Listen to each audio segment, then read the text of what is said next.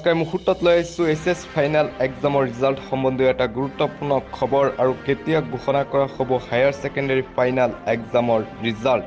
আজি ঘোষণাৰ কথা আছিল যদিও আজি যেহেতু ঘোষণা নহয় হায়াৰ ছেকেণ্ডাৰী ফাইনেল এক্সামৰ ৰিজাল্ট কাৰণ অসম উচ্চতৰ মাধ্যমিক শিক্ষা সংসদৰ ফালৰ পৰা কোনো ধৰণৰ জাননী প্ৰকাশ কৰা নাই হেতিয়া প্ৰশ্ন উত্থাপন হৈছে প্ৰকৃততে কোন দিনা ঘোষণা কৰা হ'ব হায়াৰ ছেকেণ্ডাৰী ফাইনেল এক্সামৰ ৰিজাল্ট হয়তো 31 মে হ'ব হায়াৰ ছেকেণ্ডাৰী ফাইনেল এক্সামৰ ৰিজাল্টৰ দিন কাৰণ শিক্ষামন্ত্ৰী ডক্টৰ ৰণোজ পেগুৱে কৈছিল যে প্ৰত্যেক বছৰৰ দৰে এইবাৰো হয়তো 31 মেত ঘোষণা কৰা হ'ব AHSEC ফাইনেল এক্সামৰ ৰিজাল্ট 31 মে পুৱা 10 বজাত ঘোষণা কৰিব পাৰে হায়াৰ ছেকেণ্ডাৰী ফাইনেল এক্সামৰ ৰিজাল্ট ৰাতিপুৱাই জাননী জাৰি কৰিব পাৰে আসাম হায়াৰ ছেকেণ্ডাৰী এডুকেশ্যন কাউন্সিলে 10টাকৈ ৱেবছাইটত উপলব্ধ হ'ব হায়াৰ ছেকেণ্ডাৰী ফাইনেল এক্সামৰ ৰিজাল্ট assamresult.in গৈও সাৰ্চ কৰি আপোনালোকে চাব পাৰিব হায়াৰ ছেকেণ্ডাৰী ফাইনেল এক্সামৰ ফলাফল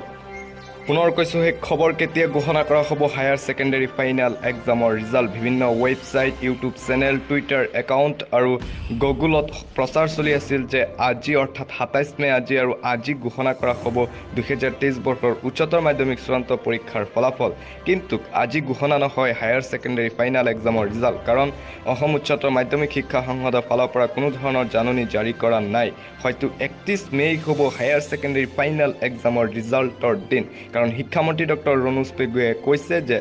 কিছু সময় দেৰি হ'ব ৰিজাল্ট ঘোষণা কৰাত অৰ্থাৎ মেট্ৰিক ৰিজাল্ট ঘোষণা কৰাৰ কেইদিনমান পিছতহে ঘোষণা কৰিব হায়াৰ ছেকেণ্ডাৰী ফাইনেল এক্সামৰ ৰিজাল্ট আৰু যেহেতু ইতিমধ্যে মেট্ৰিক পৰীক্ষাৰ ৰিজাল্ট ঘোষণা কৰিছে সেয়েহে হয়তো 31 মেতে ঘোষণা হ'ব হায়াৰ ছেকেণ্ডাৰী ফাইনেল এক্সামৰ ৰিজাল্ট ৰাতিপুৱা 10 বজাত ঘোষণা হ'ব হায়াৰ ছেকেণ্ডাৰী ফাইনেল এক্সামৰ ৰিজাল্ট 10টাকৈ ৱেবছাইটত উপলব্ধ হ'ব AHSEC ৰিজাল্ট